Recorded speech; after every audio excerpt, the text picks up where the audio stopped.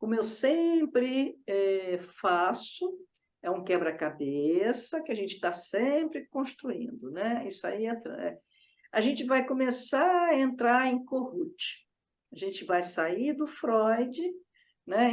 Vai começar a aparelhar Kohut com Freud, e depois vai vir Kohut com o contemporâneo, com a psicofísica que eu venho propondo na complexidade, na ciência do sentir, enfim. Então, a gente está evoluindo. Heinz Kohut, ele é austríaco, médico pela Universidade de Viena, ele era especialista em neurologia e psiquiatria pela Universidade de Chicago e psicanalista pelo Instituto de Chicago, onde foi professor por 20 anos de metapsicologia freudiana. Ele se mudou para os Estados Unidos e lá ficou, fez a carreira dele maior, né, como psicanalista, enfim. E ele é o que criou a psicologia do self. Quem trouxe a psicologia do self para o Brasil foi Naura Carneiro Leão, pernambucana, médica, psicanalista didata, fundadora e membro efetivo da Sociedade Brasileira de Psicanálise do Rio de Janeiro. Ela que trouxe o RUT para o Brasil no ano de 1980, né, a psicologia psicanalista do self. Eu tive a honra de ser analisanda dela, foi minha analista e foi, enfim, uma pessoa incrível, né? Ela já é falecida. E, enfim. E o que acontece? Vamos recordar um pouquinho, né, de Freud a Kohut, aí que a gente vai chegar lá. A gente tem que sempre lembrar o paradigma de ser humano de Freud. Ele tem origem nas células. Ah, eu não estou compartilhando, gente. Alô? Não está. E isso, ninguém me falou nada? Eu não sabia que você estava A gente compartilhando. pensou que era para você, para ver a gente ficar vendo você falar. Meu Deus do céu, agora que eu me dei conta, eu falei, ué, não estou compartilhando? Olha a técnica. Quebra-cabeça, o Heinz Kohut está aqui, tá? E a Inaura Carneiro Leão também está aqui. Isso tudo a gente já passou, agora, né, vocês estão vendo, né? Então, de Freud a Kohut. A gente não pode nunca esquecer o paradigma de ser humano de Freud, né? Tem origem nas células, nos genes, o corpo é uma máquina perfeita, a psique é um produto do cérebro, né? A libido se origina no interior do corpo, tem por objetivo a descarga do mundo externo, e entre a origem e a descarga, tribe, pulsão, a psicossexualidade. Isso é a base do Freud. Né? Não tem como escapar. E ele constrói todo o modelo dele em cima disso. Lembrando que, na época, o átomo era menor, era um mundo material mesmo, materialista, né? Newtoniano, enfim. Lembra-me, sempre volta a isso, que isso é muito importante. Antes, a sexualidade era assim, um único vetor, né? Uma origem e uma descarga.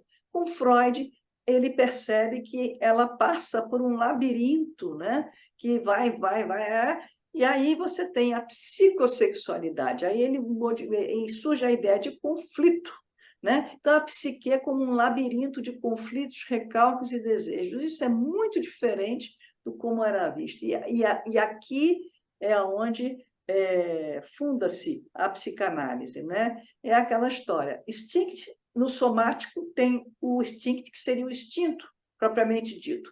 Mas quando ele vai da sua origem, né, o estímulo surge do instinct, né, a origem, até a descarga, né, o que ocorre? Entre aqui e aqui, ele se transforma, né? Ele, por causa da pressão, ele se torna atuante psiquicamente. E ele faz uma determinada pressão, e é dessa pressão que surge o nome tribe, e é a psique. Então, a psicanálise está sempre nesse miolo aqui, nesse labirinto, nesse conflito, ela funciona aqui dentro. Por isso que o analista, ele tradicional, né? Ele vai estar sempre na ideia do intrapsíquico, e a realidade externa não importa, porque ele está nesse campo das representações internas. Lógico que isso mudou, isso é lá nos primórdios, e quem trabalha assim nos dias de hoje está lá ligado ao Freud dos primórdios. Eu fiquei buscando, né, como aqui tem pessoas que não conhecem psicanálise, eu fiquei buscando um modelo que pudesse a pessoa entender um pouco melhor, porque às vezes é tão abstrato para quem nunca viu isso, que fica difícil até criar uma representação dessa ideia. Aí me veio essa ideia aqui do rio, né? Então, eu vi o Rio Amazonas, eu não sei se eu estava ligada na Amazonas, eu vi o Rio Amazonas, falei, puxa, me está aí um bom exemplo, por uma analogia, naturalmente, do que seria o mundo da psique, né? Então, seria assim, você tem uma origem, que é a nascente, né?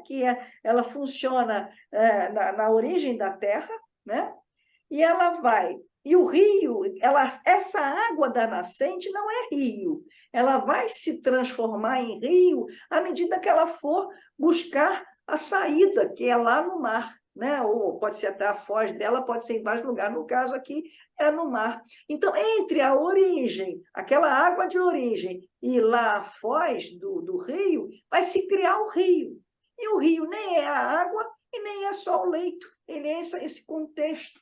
Então, a pulsão, a gente pode pensar que ela nem é aquela origem e nem ela é esse contexto em que ela vai andando e vai se fazendo. Eu achei que essa analogia, a mim, eu gostei dela, por isso que eu estou trazendo para vocês. Então, a gente pode dizer assim, entre a sua nascente e o lugar onde deságua, a água da origem se transforma em um rio, que tem muitos caminhos e obstáculos a vencer. É uma loucura o que ela tem que vencer para chegar lá na foz. Aqui é a foz do Rio Amazonas. Então, a gente pode dizer, o Rio Amazonas atravessa uma das maiores florestas tropicais do mundo. Olha só quanta coisa ele tem que vencer, né? A flora da Amazônia representa grande variedade de espécies, sendo a maior biodiversidade do planeta, incluindo mais de 1,5 milhão de espécies vegetais e catalogadas. Quer dizer, isso é um modelo que representa a psique humana, que ela é muito rica em representações, e você tem um mundo externo dizendo não pode, você tem o Sting que vira tribo querendo seguir, descarregar, e vai criando isso, né? Esse modelo que me pareceu bem pertinente. Então, a gente pode dizer assim, a água extinta não é o rio, né? A psique. A água extinta tem sua origem em uma nascente. Id, que seria o equivalente ao id por analogia, localizada no interior da Terra, no soma. Quer dizer, como se a Terra fosse o soma, né? Que tem uma nascente, que seria a fonte do id, né? Dos extintos, e a água, né? Mas a água extinta sempre irá buscar um caminho para trilhar e desaguar, para descarregar, né? Pela analogia. Se não consegue, o que acontece com uma água que não consegue descarregar? Ela inunda, ela estraga, ela inunda aquele local. É um aumento de tensão, desprazer. Então, se o rio, a psique, porque a psique já é o rio, que é o leito com a água, com toda a trajetória ali, né? É o caminho por onde a água irá percorrer, a mesma água extinta, agora transformada em água de um rio, vira pulsão. Quer dizer, a pulsão seria a água de um rio, que não é mais a água e não é o rio. É esse conjunto que irá agir sobre o terreno. O terreno seria o ego, por onde irá passar a água. Porque um terreno estruturado aguenta a água passando, um terreno fragilizado deságua, desaba. Então, água de um rio, pulsão percorrendo a psique, por analogia, que pelas circunstâncias do terreno, circunstâncias da vida, ao encontrar obstáculos, né, o superego, se vê obrigada a buscar caminhos alternativos para desaguar. Caminhos esses que serão moderados a depender da estrutura do terreno, a estrutura do ego. Eu, modéstia à parte, gostei muito dessa analogia. Então, eu trouxe, porque dá uma representação, porque eu fico pensando, gente, quem nunca viu isso, né? Para entender essa psique, assim pelo menos materializa de alguma maneira. Né? Sai da abstração e materializa. É claro que é uma analogia, mas materializa. Não sei o que vocês acharam, né? Está aí para...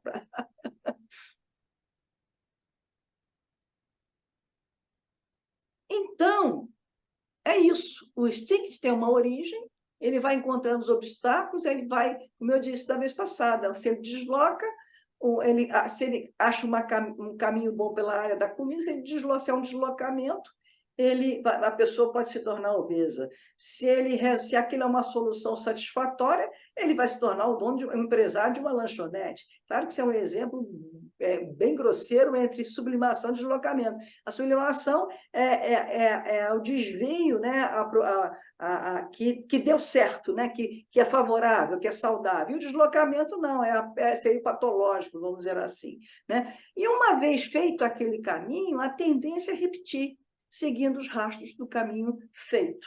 Você vai estar assim, deu certo, eu consegui descarregar ali, então é por ali que eu vou. É por ali que eu vou. E mudar isso é que é o trabalho, transformar isso é que é o trabalho, né? Que seria um dos trabalhos da psicanálise, justamente, ou de quem adere a esse modelo. Ô, Bia, Sim. essa sublimação também não poderia descambar para um exagero, por exemplo? Não, sublimação é bem sucedido. Se for descambar para o exagero, é deslocamento. O movimento é o mesmo, o resultado é que muda o nome. Não, no caso, o cara é um bom comerciante, gosta muito de dinheiro, quer cada vez mais, cada vez mais, aí não é deslocamento. deslocamento. Aí é um deslocamento, não é sublimação. A sublimação, a pessoa fica satisfeita. Então tá. E fica satisfeita. A ganância não é de sublimação. A ganância tem a ver também com querer mais. Então, é uma coisa que não sacia, né? Não sacia, fica buscando o tempo todo. Nesse sentido que eu estava falando. Mas presta atenção, é claro que isso é um exemplo extremamente simplificado. Não é só para a pessoa entender, porque não é por uma razão só, é um conjunto de representações, um conjunto de repressões.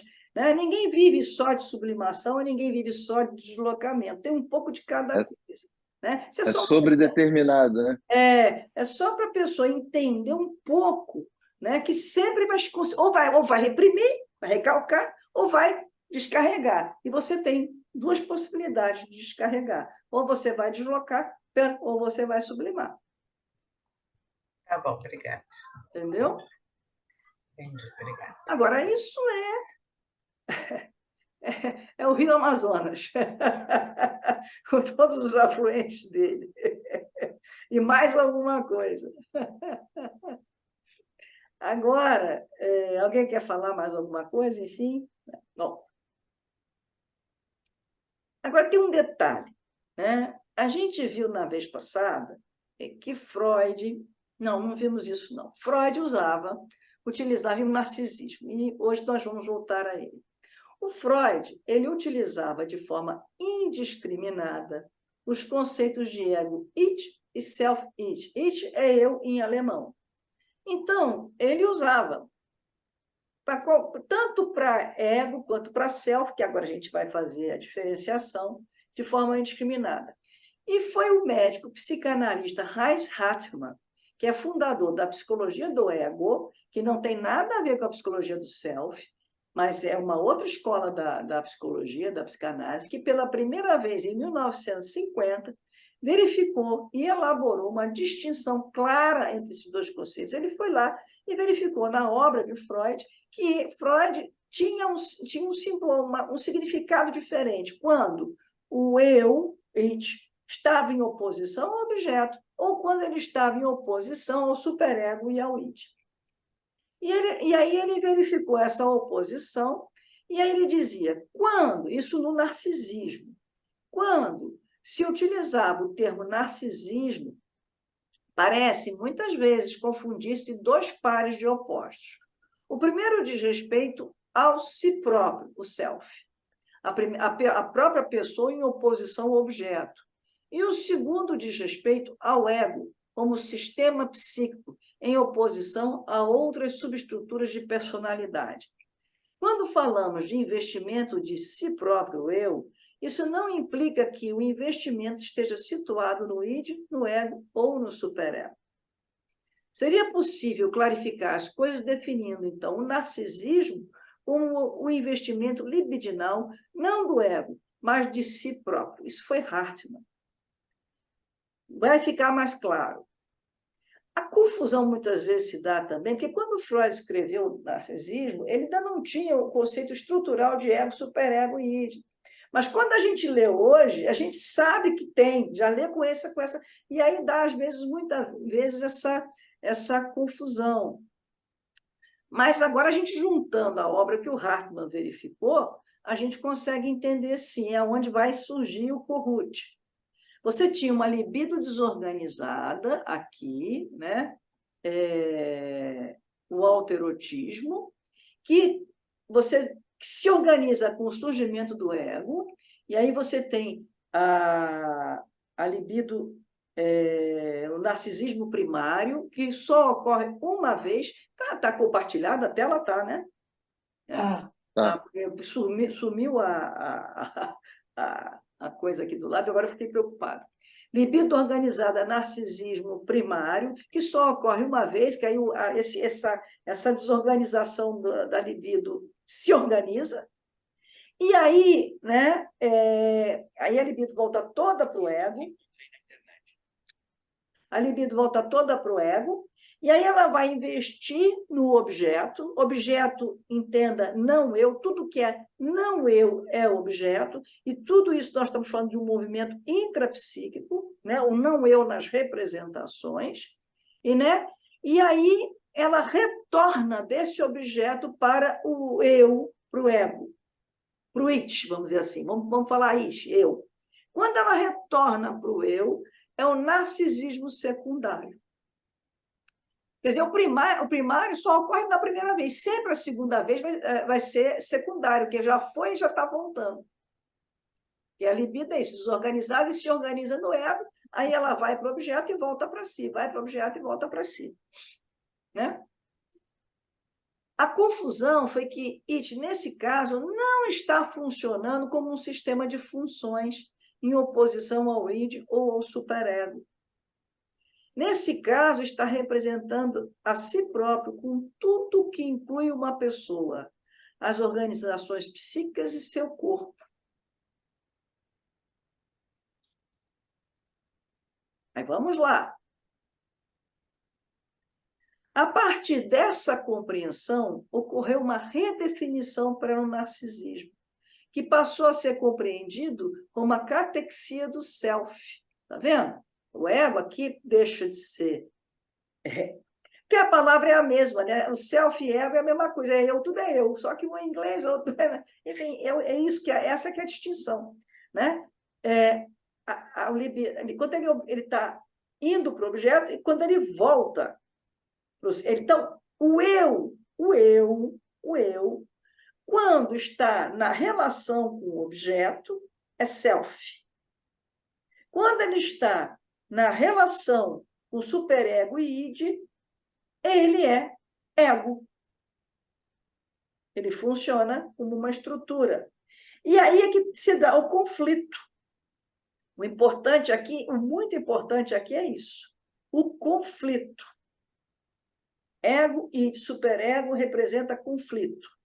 A Bia, quem falou isso foi aquele Hartmann. O Hartmann ele verificou essa distinção, e Kohut vai pegar isso e vai fazer a teoria dele. A partir daí. Tá? Ele não falou, ele percebeu na obra do Freud isso, que o Freud usava indiscriminadamente, tanto quando se referia ao objeto e quando se referia. Aí, minha querida, tem que estudar alemão para você ver, você acredita no Hartmann e acredita em todos os estudiosos que vieram depois concordando com isso. Eu não estudei alemão, eu estou aceitando isso como fato, né? Porque isso teria que ir lá nas origens do Freud, enfim, né? E aí tem uma coisa interessante, que você tem um it ego, que está no conflito, e tem um it self, né? Fora da área de conflito. Não há conflito entre aqui e aqui. Conflito só se dá aqui. Então, o self estaria... logo, o self, não estando em oposição ao id, ao superego, situa-se em uma área livre de conflitos.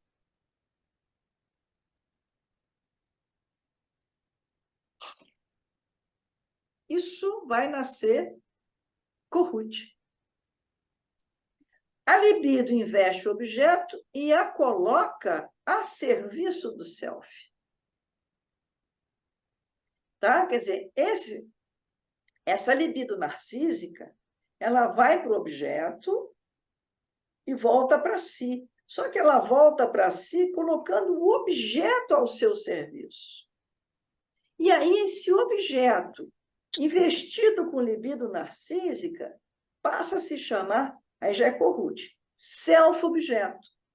E passa a exercer a função de apoiar o self. Então, você vai ter um ego, que é uma estrutura psíquica, id, ego e superego, e você vai ter um self, que é um conteúdo do aparelho mental, e que se relaciona com o objeto, e faz dele tanto uma libido objetal, ele reconhece o objeto, como não eu, mas ele também não reconhece o objeto como não ele, reconhece o objeto como algo a seu serviço.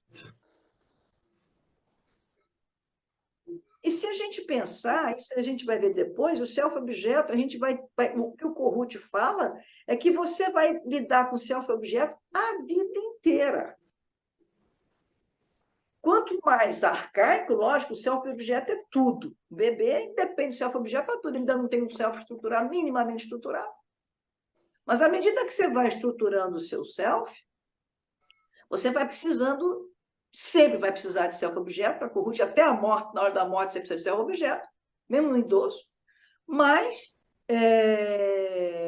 você não vai depender, você vai internalizando isso e vai formando estruturas a partir dessa relação com o self-objeto. Então, a psicologia do self, ela vai criar uma teoria aqui, nesse campo.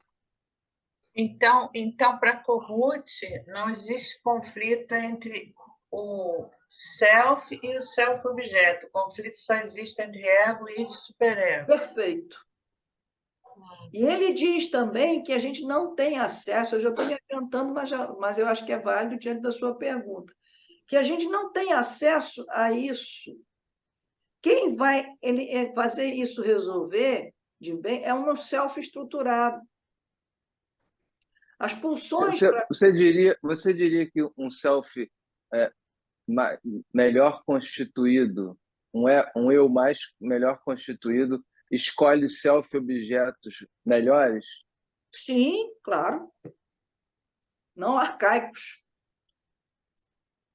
Quanto mais regredido um self, pouco estruturado, ele vai precisar de self-objeto arcaico. Aquela pessoa que tem uma paixão, que se não tiver aquela pessoa, isso não é amor, isso está usando como self-objeto para se estruturar. E que não vive sem aquela pessoa.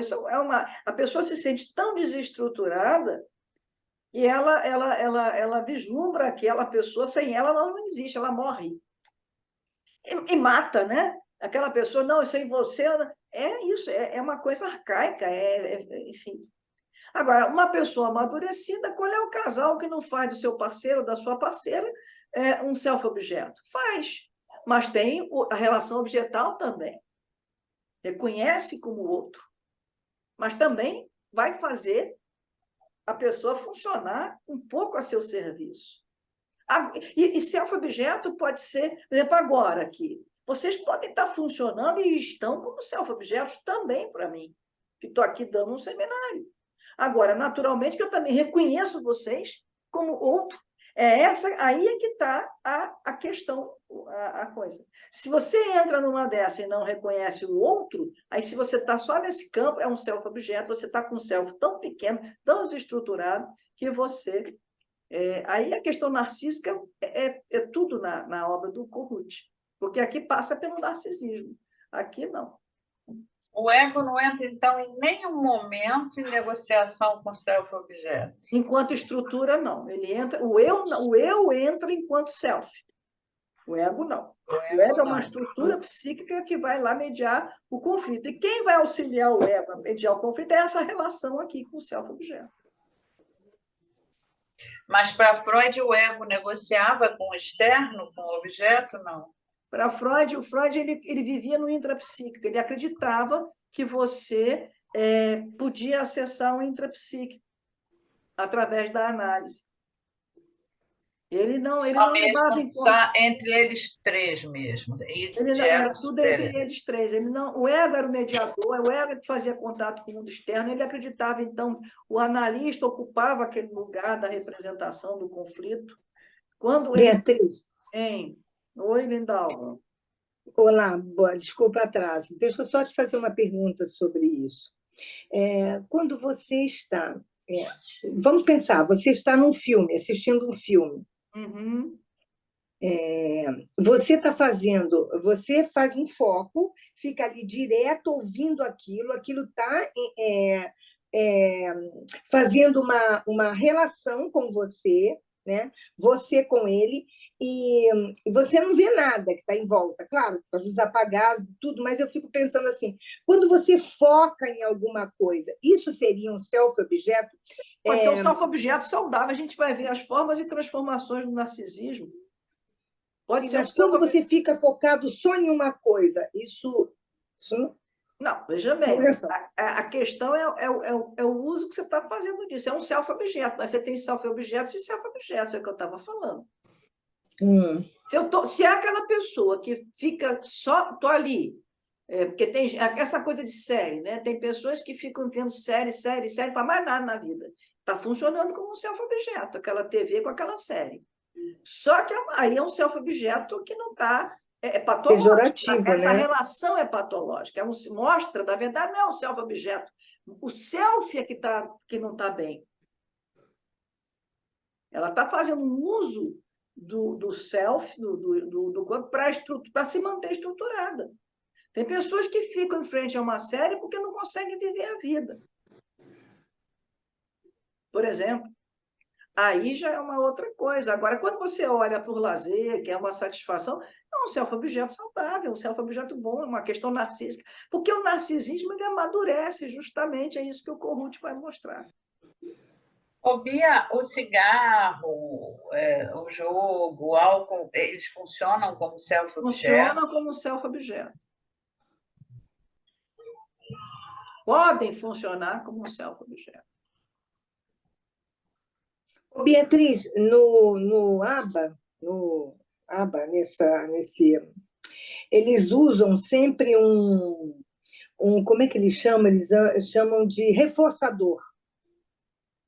Quando se coloca um reforçador, você está fazendo exatamente isso? Você está dando um self-objeto para essa... Olha só, deixa eu te dizer uma coisa. Eu não gosto de misturar teorias.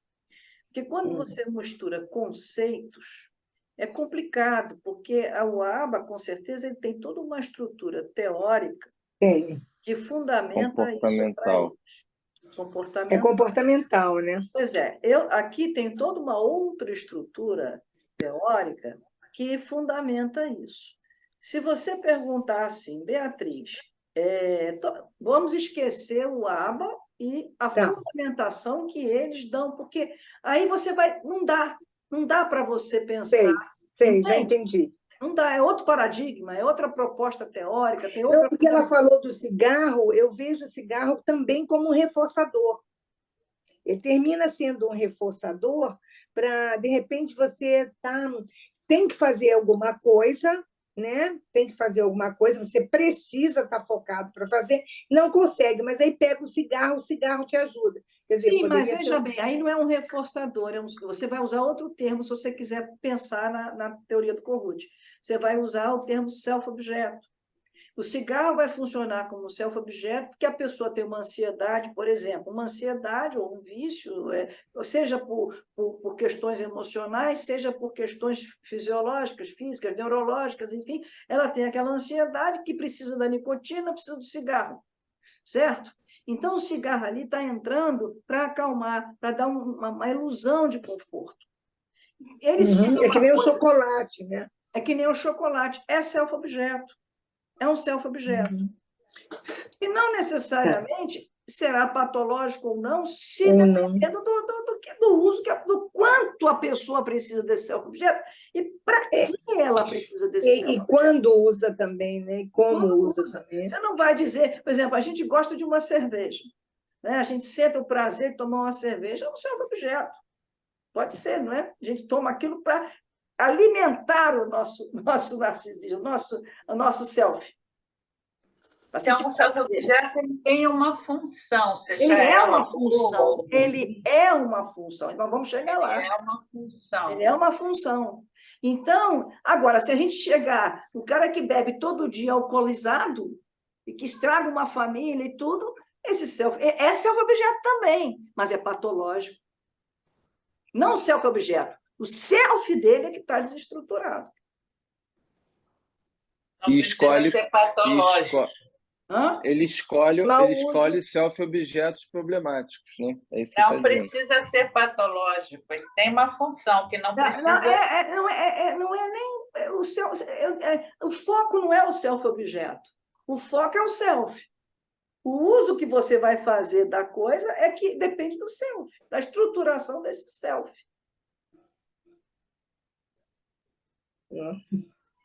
É aquela história. Dessa teoria. Essa teoria, para mim, ela é brilhante.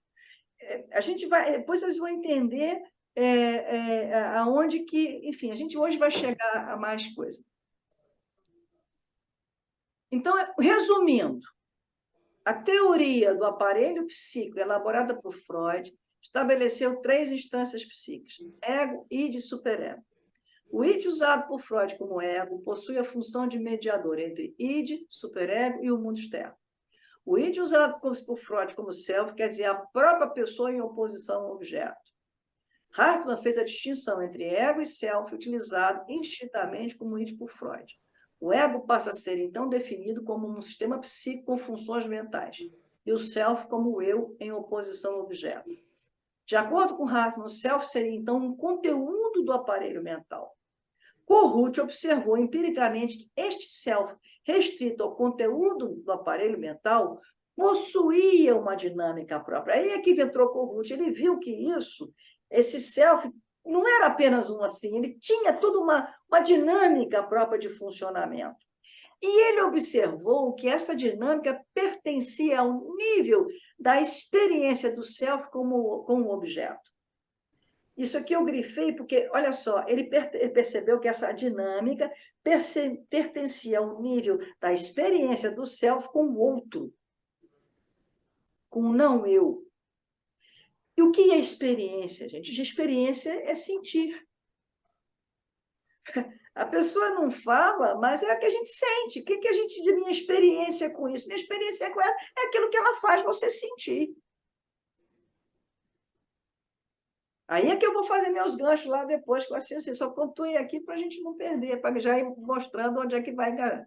Então, ele elaborou uma teoria para o self, no sentido lato, ou seja, para a dinâmica vivenciada entre o self e o objeto.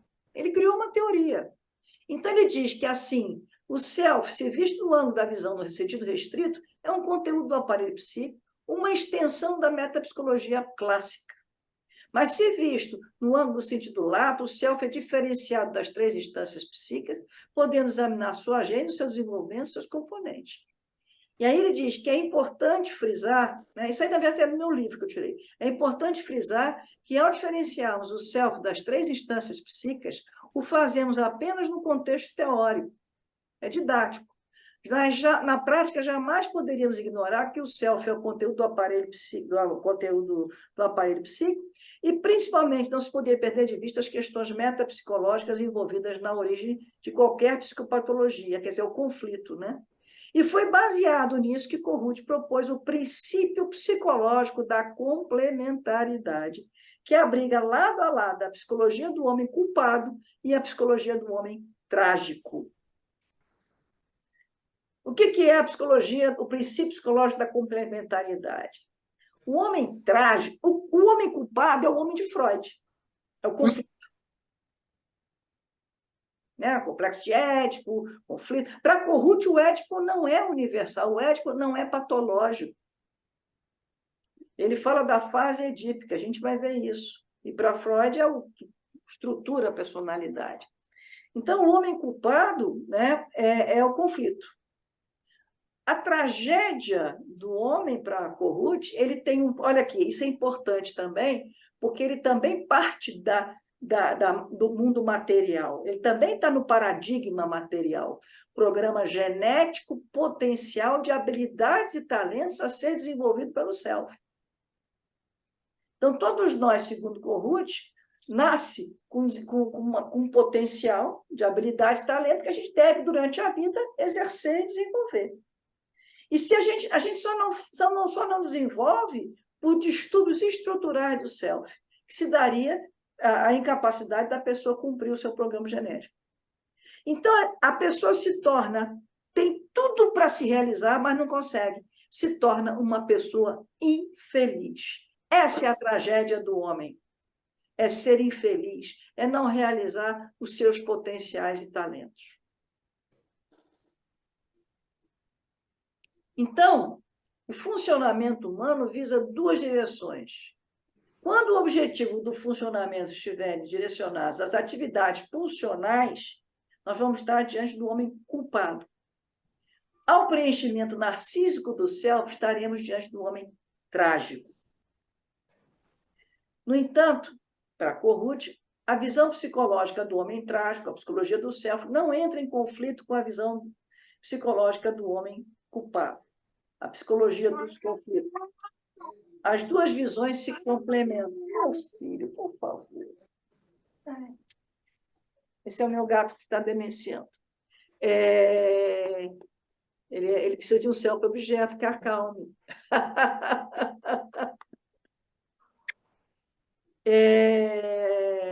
Ele diz que as duas visões se complementam, que elas vão lado a lado a vida toda.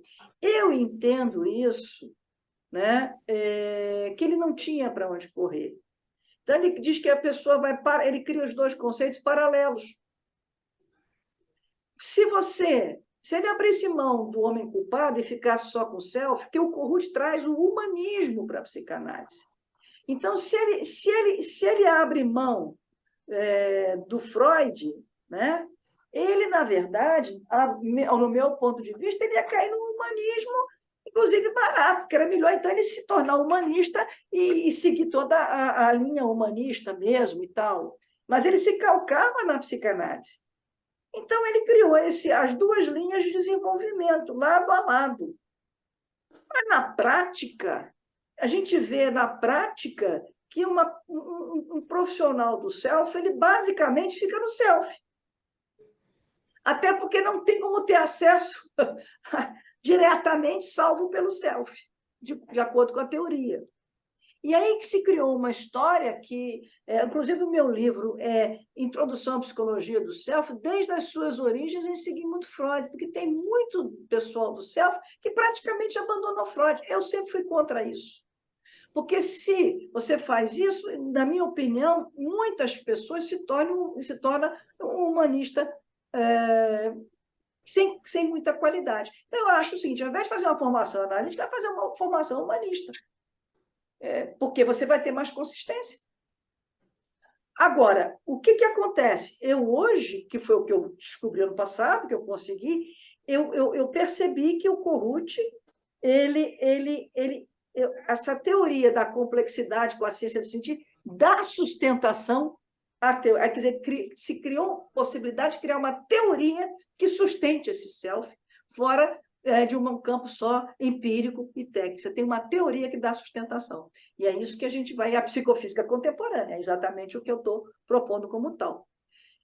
Mas isso não é hoje, não. Eu só estou adiantando para entender o que acontece. Então, o conceito de saúde mental para Kohut não se resumirá, portanto, à pessoa poder amar e trabalhar, como pensava Freud, mas incluirá também uma maior coesão de self, que permitirá à pessoa desenvolver suas habilidades e talentos, e assim tornar-se capaz de amar, trabalhar com êxito e possuir alegria de viver. Porque sem alegria de viver, a gente não é nada. E aí percebe que o Kohut ele não usa a palavra sentimento, mas ele está falando o tempo todo de sentimento. E depois a gente vai ver nas relações o tempo todo. Eu custei a sacar isso no sentido, né? Eu já estava Quando eu disse, gente, está tudo aqui, é só... É porque ele estava ainda no conceito materialista também. Então, a gente pode dizer o seguinte, que a sexualidade infantil, para Freud, é essencialmente conflitual. Para a Kohut, ela pode viver sem conflito. Não precisa conflito. O conflito surge da fragmentação do self. Um self integrado mantém a fusão, porque a gente viu lá que a gente vai desenvolvendo pela fusão e defusão dos instintos, né? De vida e de morte, das pulsões de vida e de morte. Às vezes eu falo instinto, porque no meu tempo era instinto, não tinha esse negócio de diferenciar, não, era tudo uma palavra, a mesma palavra, mas a gente sabia que estava se referindo ao trio.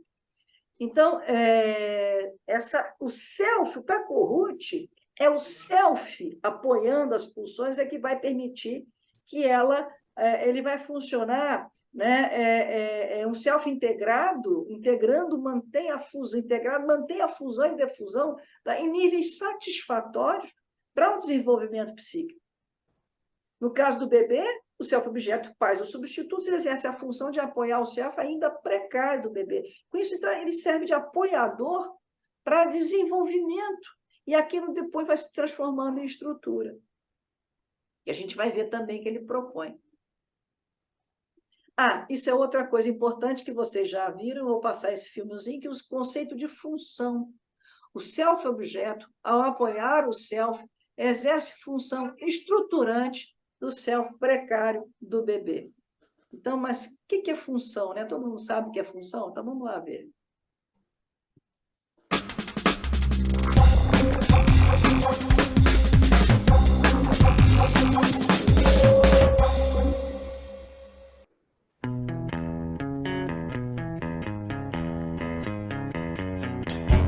Olá, seja bem-vindo ao Curtas Matemáticos. Vamos começar uma série de vídeos sobre funções. E hoje nós vamos falar sobre o conceito de função. Este conceito é muito importante na matemática e é o principal objeto de estudo do cálculo, além de também ser explorado por diversas áreas do conhecimento, como a física, a química, a astronomia, a informática, a biologia, a geografia, etc. Com essa ferramenta, é possível estimar o crescimento populacional de uma cidade ao longo de 10 anos, ou até mesmo prever quando ocorrerá o próximo alinhamento entre a Terra, a Lua e o Sol.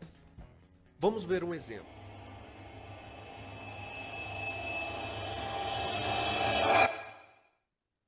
Pessoal, eu gosto de comparar a função a uma máquina. Aqui nós temos uma máquina fictícia que diz o seguinte: máquina de triplicar números. À esquerda dela, nós temos um conjunto formado por 3 elementos.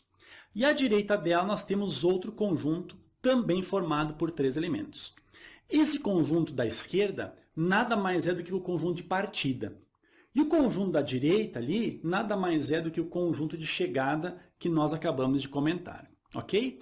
Os elementos do conjunto de partida, então, estão chegando na máquina. A máquina está triplicando esses valores e colocando lá no conjunto de chegada, ou seja, transformando o 1 no 3, o 3 no 9 e o 5 transformando no 15.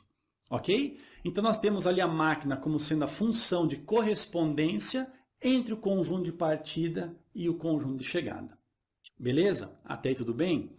2 observações. Primeira, repare o seguinte: todo elemento do conjunto de partida está sendo utilizado, ou seja, nesse caso, está sendo triplicado. Não está sobrando elementos e não pode sobrar elementos lá no conjunto de partida, ok? Chegou o 1, chegou o 3 e chegou o 5. Esses 3 elementos foram triplicados e transformados em 3, 9 e 15, respectivamente. Concorda comigo? Então, primeira coisa, uma função. Nunca sobram elementos lá no conjunto de partida. Em outras palavras, todo elemento do conjunto de partida possui um correspondente lá no conjunto de chegada. Ok? A segunda observação é a seguinte: o elemento do conjunto de partida possui um único correspondente lá no conjunto de chegada. Olha o número 1 chegando ali, ó, entrando na máquina. O número 1 ele foi triplicado e transformado no 3. Beleza? O número 1 triplicado ele não pode se transformar no 3, depois no 6, depois no 9 e assim por diante. O número 1 triplicado resulta apenas no 3. Ou seja, para cada elemento lá do conjunto de partida, cada elemento possui um único, olha só, um único correspondente lá no conjunto de chegada. Okay? Fala pessoal, o que está falando é o Geraldo Dá Uma Força e hoje nós queremos definir para você o que é uma função. Então nós temos aqui uma chamada caixa e nessa caixa ela é uma função. Qual é a sua propriedade? Nós temos um input, ou seja, temos uma entrada que é o valor 4. Toda vez que esse valor 4 entra por essa caixa, sai um outro valor, número 8. Um segundo exemplo que nós poderíamos colocar aqui seria a entrada do valor 5 e a saída seria o valor 10. Bom, a função tem exatamente essa seguinte característica, de transformar toda a entrada em um outro resultado.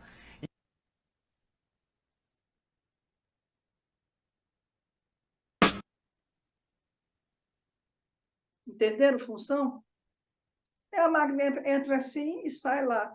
Então, o self, objeto, ele é uma função apoiadora do self. Ele interage e dá apoio e transforma. A partir da internalização desse self-objeto, a pessoa transforma. Então, veja como é fundamental a relação, né, para se formar a estrutura, né, com o outro, com quem você está se desenvolvendo.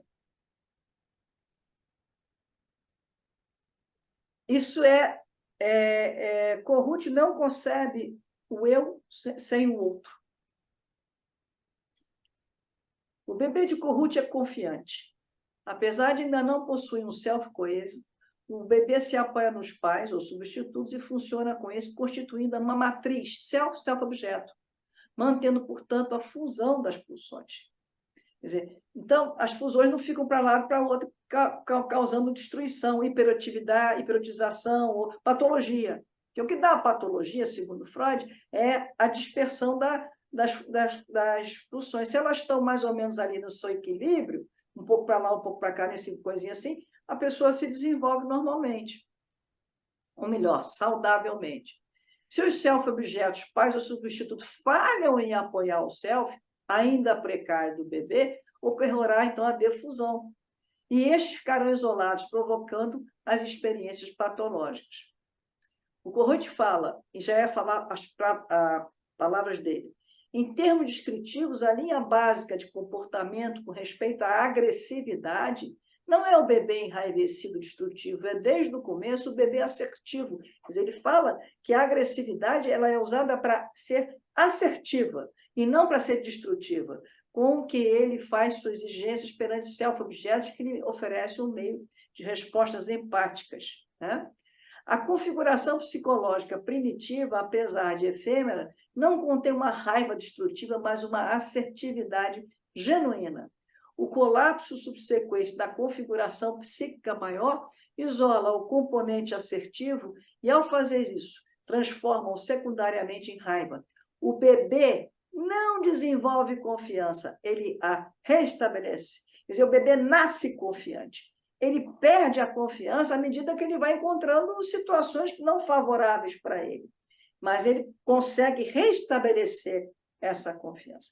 Enquanto que o bebê de Freud é essencialmente conflitual, né? O de Kohut não. O de Kohut, ele é feliz quando nasce. Ele só não se... Claro que isso é utópico, é ideal, né? Porque logo que nasce, ele já começa a enfrentar a vida, né? Que vai frustrar, que vai... Enfim, a gente vai ver isso tudo, mas, em tese, em termos ideais, é isso. Então, uma hiperotização, por exemplo, é resultado da pulsão libidinal isolada, que se manifesta em consequência da derrocada do self. O que propõe para as experiências de agressão e fúria também se aplica. Quer dizer, a violência também é uma derrocada do self. Se eu estou com um self estruturado, eu vou usar da minha raiva tudo de uma forma construtiva, de uma forma assertiva e não de uma forma destrutiva. Então, a psicopatologia não surgiria pela manifestação primária das pulsões, mas em consequência da fragmentação do self. Por isso que um analista que trabalha com a psicologia do self, ele vai trabalhar a relação self-objeto o tempo todo, porque é pelo self que ele vai estruturando e, enfim. Então, a gente tomando o paradigma, de novo, aquela história do paradigma do ser humano de Freud, tem origem... Antes de avançar, então, o que para Freud o analista era a projeção, né, de um parente ou de alguma questão do paciente, para a Kohut, então, o analista podia ser o self-objeto. Não, para a Kohut, o Kohut também coloca as transferências, só que ele funciona como um self-objeto, mas são tipos de transferências diferenciadas. Você tem a transferência neurótica, e tem aí que ele diz que caminha lado a lado. A gente vai ver isso, e caminha, e tem as transferências narcísicas. O Kohut também, você vai trabalhar a transferência narcísica. Mas o analista vai ocupar o lugar também daquele self-objeto que falhou. Então, por exemplo, eu vou dar um exemplo assim clínico. Por exemplo, se chega uma pessoa para tratar com você, clinicamente, e ela te endeusa, chega lá, você é uma maravilha, e não sei o quê, você vê que ela está te endeusando, você não... Numa outras correntes, você logo ia acabar com aquilo, ia, enfim, interpretar de maneira, você está querendo... Para a psicologia do self, ele vai entender, que a gente vai ver depois, que aquela pessoa precisa da idealização, ela precisa te idealizar para ela poder internalizar aquela idealização, para ela poder criar autoestima. Ela está com uma baixa autoestima, ela precisa daquele self-objeto idealizado. Quer dizer, se ela está mostrando, então, o quão precário está o self dela naquele aspecto. Estou dando um exemplo grosso modo. Então, o analista do self, ele não vai... ele vai aceitar aquele lugar, ele não vai reforçar o lugar, ele jamais vai estimular que aquilo aconteça ou aprimorar que aquilo aconteça, mas ele vai aceitar aquele lugar, porque ele sabe que, da própria relação, ele vai mostrar falhas do ponto de vista para aquela pessoa, porque a falha é o seguinte: a mãe atrasou para o bebê porque está tomando banho na hora que ele sentiu fome, essa mãe falhou. Essa mãe falhou, do ponto de vista do bebê, falhou. Quando um analista diz a sessão está encerrada, ele está falhando para uma pessoa muito regredida. Então, isso vai inevitavelmente acontecer e a gente vai trabalhando isso, mostrando o quanto essas falhas, né, vai perturbando, e com isso a pessoa vai transformando, porque é através das falhas que a pessoa vai transformando aquele self-objeto antes idealizado em estrutura de self para si. Aí a gente vai ver isso quando chegar no desenvolvimento. Então, é diferente a forma de lidar com a transferência narcísica para essa teoria. Você não vai jamais. Agora, não é chegar lá e ficar estimulando o cliente a te idealizar. Isso não existe. Mas é receber, ser capaz de suportar aquilo. Porque também, às vezes, é difícil. E, às vezes, você não consegue. Às vezes, você nem consegue, porque você vai falhar, mas para a pessoa aquilo é uma falha tão trágica que ela não aguenta, ela vai embora. Também acontece. Às vezes a gente erra mesmo. Quando a gente erra, às vezes é imperdoável para aquela pessoa. Quando ela tem um self mais estruturado, ela suporta os seus erros, às vezes erros mesmo, que a gente fala uma bobagem. Para a pessoa isso acontece. Né? Não entendeu? Não estou entendendo, entende errado. Isso é uma falha, mas acontece. E tem que acontecer, ainda bem que acontece. Né? A diferença, então, é que para Freud se origina no interior do corpo, tem por objetivo a descarga, isso tudo fato. A diferença é que Kohut acrescenta a relação com o outro enquanto o self-objeto, apoiador do self. Ele diz que, assim como um bebê precisa fisiologicamente de oxigênio para viver, ele precisa psicologicamente de self-objeto para viver. Eu não tenho como sobreviver se eu não tiver uma estrutura psicológica me apoiando, um self-objeto. E isso nos leva... As pulsões na teoria psicanalítica do self são consideradas, então, fatores secundários e não primários. Tem até aquele filme que você passou uma vez daqueles bebês. É um exemplo disso. É um exemplo disso. A gente vai ver aquilo mais adiante quando tiver, porque aí eu vou fazer a correlação, né? Aqui a gente vai separar. Se a gente muda o paradigma aqui, Só para ir adiantando, porque aqui é um paradigma ainda material. Mas se a gente passa para um paradigma vibracional, você pode mudar isso. Você pode ficar aqui. Não tem mais secundário e primário, passa a ser uma outra proposta, um outro desenho teórico que atende, no meu ponto de vista. E o self-objeto, que é o que vocês estavam perguntando, pode ser uma pessoa, um trabalho, um passatempo, enfim, qualquer objeto não eu que esteja exercendo a função de apoiador do self.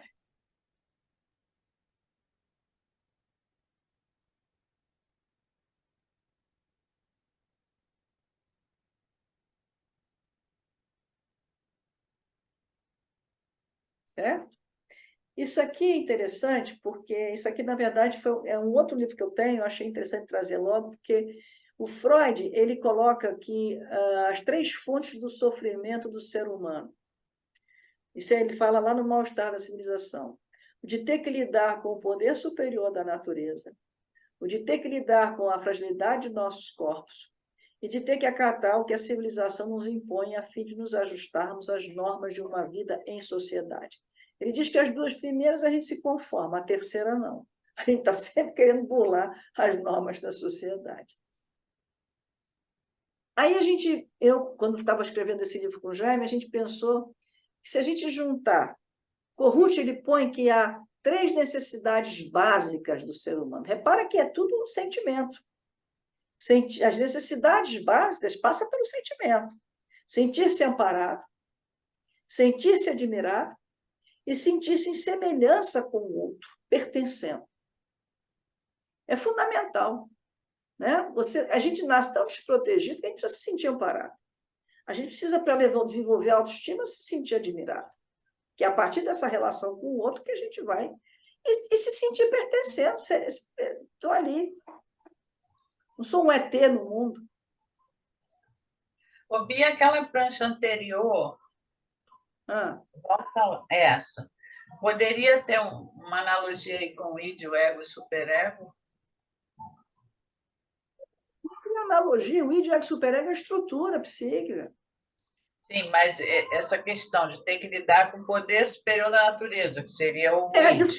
Não, o id não. O poder superior da natureza quem tem que lidar é o ego, que vai e esculhamba. Sim, o id diz, eu quero ser tudo. Aí a natureza, representando o mundo externo, vai para o superego e diz, não, nós somos superiores. Você vai morrer, meu filho, não tem jeito. Por exemplo. E o ego tem que lidar com isso. Mas é sofrimento. Cada um desses 3 itens implicaria as 3 estruturas juntas. As 3 estruturas. Para lidar com isso, para lidar com cada questão dessa. O ter que lidar é exatamente porque o id quer tudo, o superego mostra que o mundo externo é muito mais forte, o superego diz, olha, não pode por causa disso, e o ego tem que lidar com isso, aí provoca sofrimento. Entendeu? Agora, aqui já é o Corrute, 3 necessidades básicas do ser humano que ele já se relaciona com o outro. É preciso se sentir amparado pelo outro, é preciso se sentir admirado pelo outro, e é preciso se sentir em semelhança com o outro. É o self-objeto. Juntando, a gente juntou isso. Então, a necessidade de sentir-nos admirados surge do sofrimento humano frente à fragilidade de nossos corpos, deixando-nos com um sentimento de extrema impotência e baixa autoestima. A gente nasce tão frágil. A necessidade de sentir-nos amparados surge do sofrimento humano frente ao poder superior da natureza, deixando-nos com um sentimento de extrema fragilidade. E a necessidade de sentir-nos em semelhança essencial com o outro, pertencendo a um grupo, surge do sentimento de termos que renunciar ao que a civilização nos impõe enquanto humanos, a fim de nos ajustar às normas de uma vida em sociedade. A gente fez essa brincadeira que, na verdade, encaixou, né, o sofrimento com a necessidade básica. Que, na verdade, a gente fala em necessidade porque é o paradigma do sistema neural, da emoção, enfim, é um paradigma material.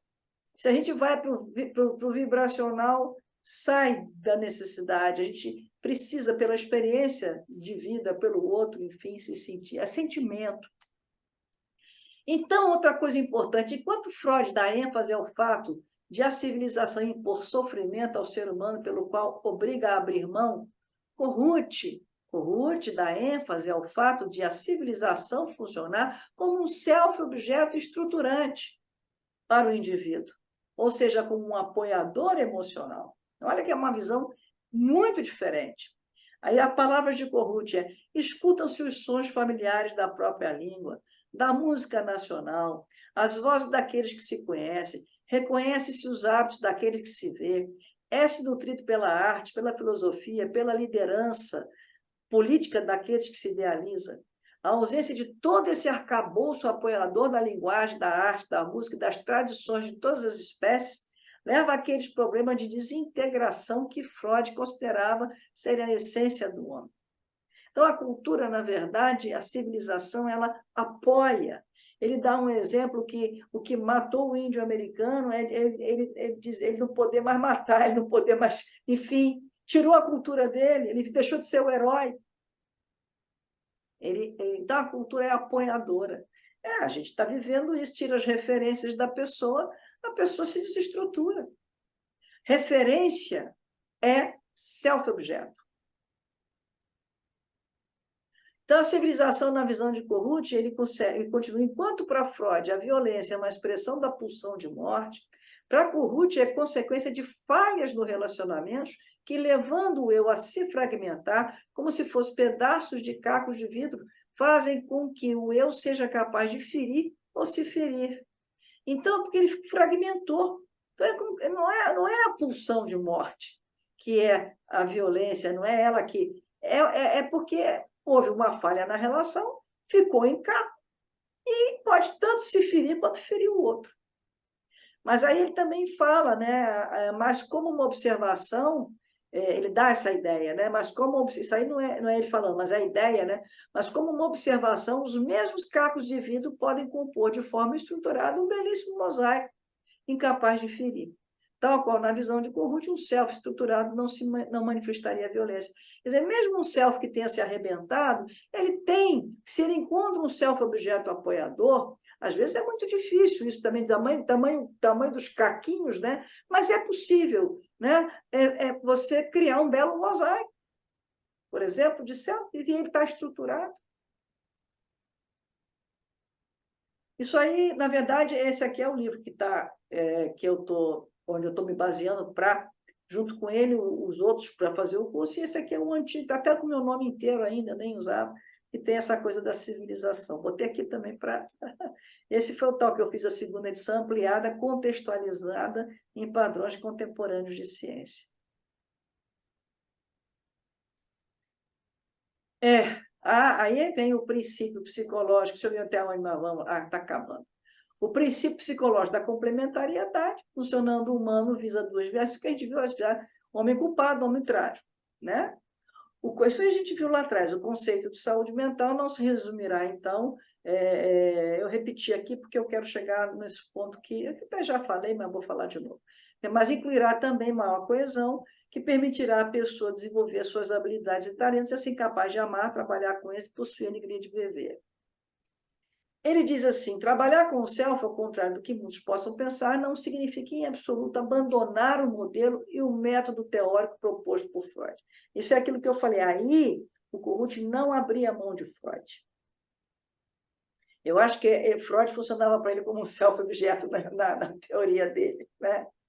E ele diz: o sistema de Freud é um sistema maravilhoso e a gente não pode subitamente dizer que ele quer dizer outra coisa, pois então não se lhe prestará a honra de discordar dele. É impossível para a minha mente conceber esse maravilhoso sistema de Freud sem a pulsão de morte, porque tem autores que só consideram a pulsão de vida, né? A maior parte dos analistas diz que aceita Freud, mas sem a pulsão de morte. Como é que pode? Se tira-se um dos dois pilares em que o sistema repousa, tudo desaba. É verdade, se você tira o pilar da pulsão, o ego desaba tudo. Você não vai estar mais lá. Ele criou um jeito de manter o sistema de Freud, se manter ali, trabalhando com o self como um apoiador, né, das pulsões. E com isso, nesse ponto, ele criou uma teoria. Kohut não é só uma técnica, é uma teoria. Ele criou uma teoria para o self, que é o que a gente agora vai ver, não hoje mais, mas vai continuar vendo, até chegar ao eu que eu proponho na psicofísica contemporânea. Deu para pegar? Nesse comparativo, a impressão que dá é que Freud tinha uma visão mais pessimista e o Freud era mais pessimista. otimista. Freud era pessimista. Quer dizer, o Freud enfrentou duas guerras, né? Pelo amor de Deus. Quando ele escreveu foi Wundt que ele fez a pulsão de morte, não foi à toa. Ele fugiu quase queimaram os livros dele todo. Pelo amor de Deus. Foi morrer na Inglaterra. Então, é um homem que sofreu muito. Não é à toa que ele é grande como é, né? E aparece tanto por aí. Alguma coisa ele... Não, ele... Agora, a gente não pode, eu digo, a gente não pode olhar Freud com o olhar de hoje. Porque aí, realmente... Mas ele botou a mão na massa. Botou, sim. Tanto é que todas as teorias que temos, eu já até falei isso aqui... Em cima dele. Discordando dele, brigando com ele, indo contra ele. Em cima da dele. Em cima da dele. Ele deu isso. Isso, para mim, é aquela ideia, você fazer ciência não é encontrar resposta, não. É você ir perguntando, abrir possibilidade para mais questões. E o Freud fez isso. E faz até hoje. É à toa que estamos aqui estudando o homem depois de tanto tempo. Verdade. Depois de tanta gente criticar, outras adorarem, é uma doideira. Ele fez, isso é dele. Porque antes dele o inconsciente já era conhecido, mas não se dava a importância. Ele é que deu a importância no inconsciente. Eu não concordo com ele que é realização de desejo, eu não concordo com nada disso, eu estou em outro campo vibracional, em outra coisa, em outro lugar. Mas que o inconsciente está ali, está. Você também tem um gatinho, não, um cachorro. Hein, Sandra? A Sandra, eu vi ali passar um animal. Eu tenho 2 cachorros. O Bart passou por aqui. Ele estava deitado aqui do lado, ele desceu. Eu vi. Aí eu fiquei em dúvida se era gato ou cachorro. Ah, o cachorro.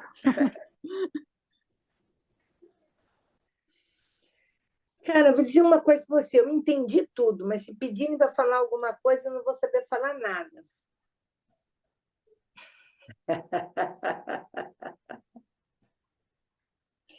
É uma coisa meio encantadora. Eu não sei para quem é psicólogo, né? Mas eu, por exemplo, não sou.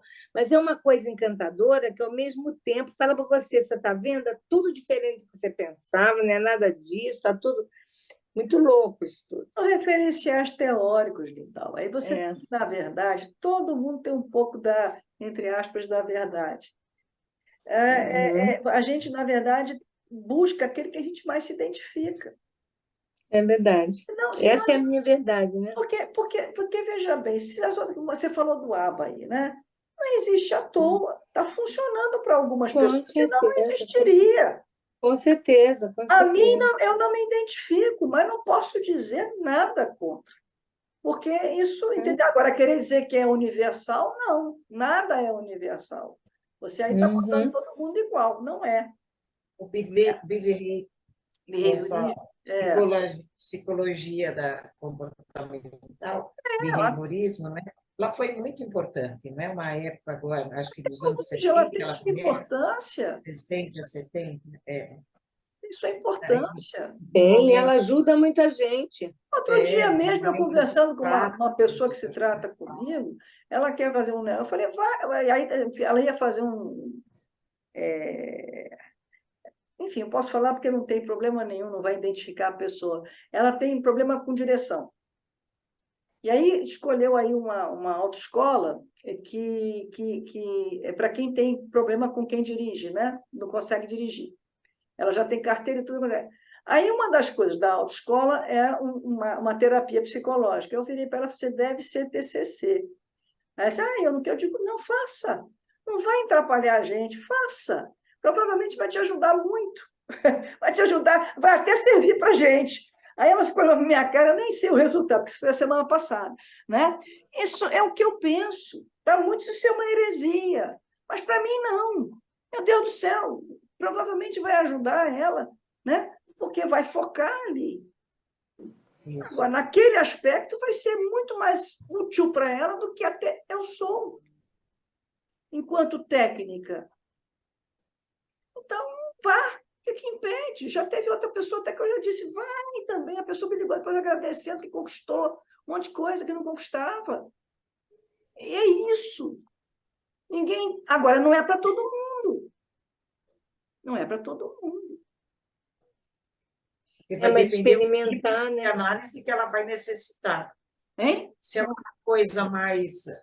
uma coisa mais pontual, talvez aí ajude.